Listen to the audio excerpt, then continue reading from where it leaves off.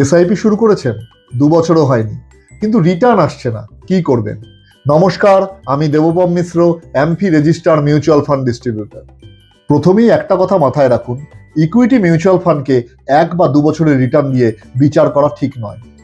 Equity market স্বাভাবিকভাবেই ওঠানামা করে, তাই ইকুইটি মিউচুয়াল ফান্ডে বিনিয়োগ করলে দীর্ঘমেয়াদী দৃষ্টিভঙ্গি এবং ধৈর্য রাখা অত্যন্ত গুরুত্বপূর্ণ।